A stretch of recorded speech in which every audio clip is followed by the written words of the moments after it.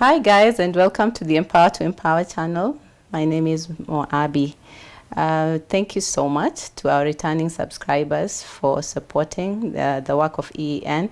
And if you are tuning in for the first time, welcome to this channel.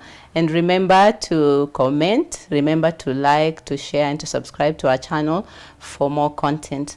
In today's edition, we are going to discuss social issues affecting young people. We know that young people are affected by things like bullying, things like alcoholism, things like they're struggling with matters sex, they are struggling with a lot of issues, peer pressure, and there is body shaming and cyberbullying lately, which is a menace to everyone. So our today's guest is Wekesa Khakula. He's a young person who has gone through it all, and he is ready to tell us his story. The reason why we tell stories, and our stories, honestly, is so that you get to learn from them.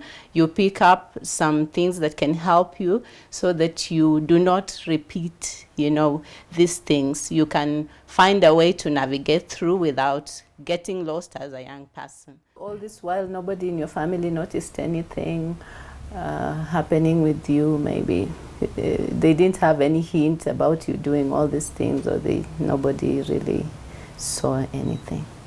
Yeah, that is true, except for the sister that I follow. Yeah. She asked you some questions? Not really, because at home I just did wine most of the time when I'm not going for clubbing. Sometimes we'd go out shopping with her and she'll be like, what's that you're taking? Like, this wine. Okay. I actually introduced her to drinking. Wow. I'd take a packet and she'd also take a packet. Was she born again, or she was also struggling? We were all born again. And yeah, she was the only one who had a clue that I was using, but she didn't really know that, she didn't really understand by then that it had advanced to another level.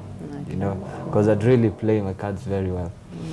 Yeah. So getting in campus life was freestyle. I had money flowing from my sisters who are outside the country, and the Friday nights would really be intense. Unajua ile menda tunasema starter. Yeah. You go like at 4, you have some booze and then come into campus for supper. Then after supper it's clubbing. And that became a routine. So every Friday we drink, go out. Every Saturday we drink, go out. And then Sunday is the chill day. Yeah. And I think after the first year in campus, I realized I couldn't even neglect the Sunday. So I started doing Friday, Saturday, Sunday. And then by Monday you still have the hangover. Yeah, then it became like a daily thing for you. Yeah. So it moved from that social phase of alcoholism into now a daily use, or not really daily, but more frequent use.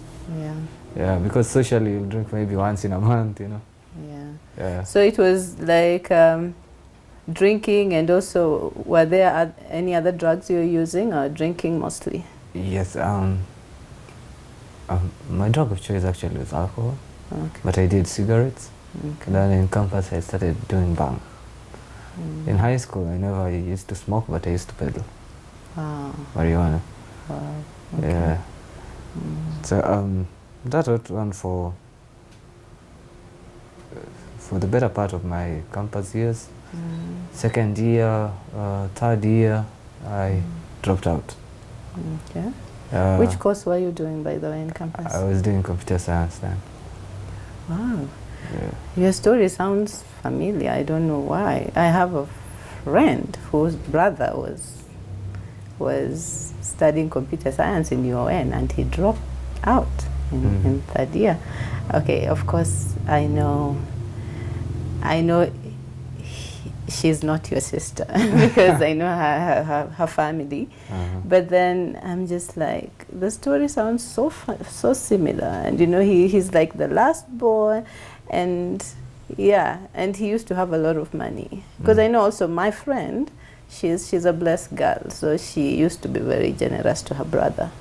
Yeah, it's not you, but I'm just trying to understand where freedom and money, you know, how it can really shape the lives of some young people in these institutions. Yeah. Yeah. Yeah, so in my third year, I became totally dependent on alcohol. So I couldn't even go to class without fast drinking. Yeah. Yeah, so but then I had issues with the administration in campus, and I'd been chased away from the hostels. I was staying outside. So every morning when I walk to class, I must pass by a pub, and How did the problem with the administration arise? Because I'm thinking in campus, you are in your room, yeah, you prepare yourself, you go for lessons, if you have lessons for that day, then it's like you're managing your own life, unless you're affecting someone else. Yeah. Usually people don't even notice, you know. Yeah, so how did it happen that you got into problems with the administration? Issues with administration came because of my hostel room. Okay. I think I turned my hostel room to be a mini pub, something like that. And then, you know, booze and clubbing and stuff comes with a lot of it comes with a package. Yes. Yeah, women And yeah, rowdy and people, wild things. Yeah. Yeah. So I think that was the cause. Because I remember even the principal once came down there and was like, "What? Just pack up and leave." Because I had booze all round. Yeah. And by then I think I'd spent a semester without stepping into class. Yeah. And so it was crazy for me at that time. And you know, I was being given cash for school fees. So was it reaching the the administration? Sometimes nah. But most of my third year, nothing ever went into administration. And how was your schoolwork? The normal coursework? Were you a regular in class, or you had also just started skipping? I think my first year was a regular. Second year, I started skipping. I think those units you feel you're okay. Yeah, you know. And then I think one of those units, like 2 or 3 units, I had one lecturer who was a drunken buddy. So I wouldn't really mind missing his classes. Yeah, and third year, I think I really never stepped into class. Quite a lot. I rarely. Yeah, I think by the time I was in my last semester, I think I never stepped into class, but then I never also did the exams. That's third year? Yeah. Yeah. How did it progress from there? What happened after that?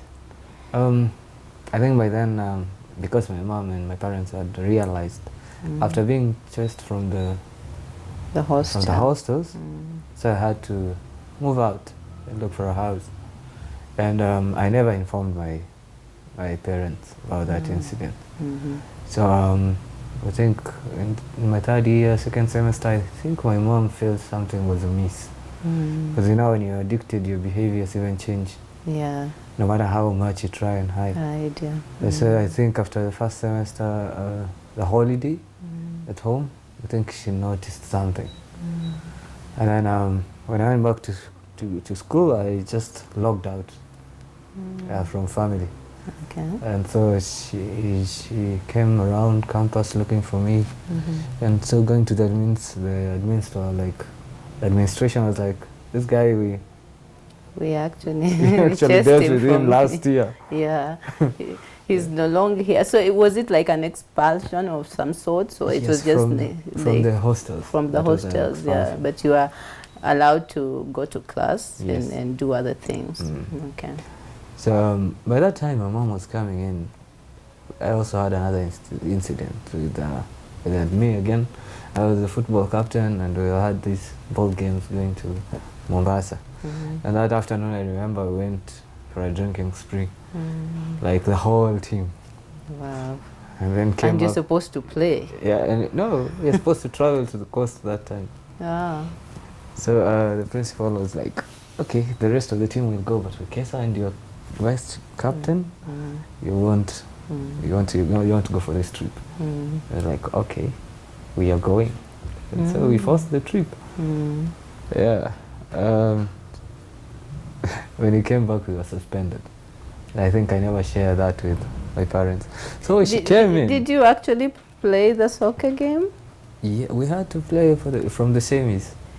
were allowed to How play. was the performance?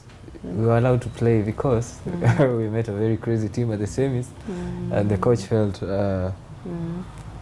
these other guys won't really make it without these two fellas. So we actually were allowed to play for the semis and the finals, and we actually won the tournament. Wow. Yes. While you were drunk. Gosh, it means that you guys were very gifted, irrespective of your choices. You know, there's a way these things just work out. I think God watches over all of us, I would say, because really, if I haven't trained hard, I'm athletic myself, I'm very sportive, but it comes with a lot of training and a lot of discipline. If I don't do that, I just won't. It will show in my performance. So I'm just wowed at how you guys would do it with all these things going on. Yeah. I think being young also has a guarantee. Yeah. Absolutely. Yeah. Anyways, after that incident, the Mombasa thing, we came around, and then here comes our suspensions, and it was a like 2-week suspension, but then we never informed our families about it. And so the third week, my mom comes and she's looking for me all around. I think that was the Holy Spirit. Yeah. And then she runs into the administration and she's being told, we suspended your son last week and thanks for coming because we needed you to be here and stuff like that. And she was like, what? And you know, mothers, I think mothers, the intuition is very, high.